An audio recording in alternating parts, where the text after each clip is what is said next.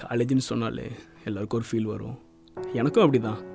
என்ன எனக்கு கொஞ்சம் ஓவராகவே இருக்குது. இதான் நான் படித்த காலேஜ். நான் போகாத டிபார்ட்மெண்ட்டும் இல்லை, கலாய்க்காத ஸ்டாஃபும் இல்லை. அதனால் நான் சந்திக்காத பிரச்சனையும் இல்லை. இந்த காலேஜை பற்றி நினச்சாலே எனக்கு ஞாபகம் வருது இந்த இடம் தான். என்னண்ணா இதுக்கே இப்படி ஃபீல் பண்ண? தோல்வி தானே வெற்றிக்கு முதல் படி.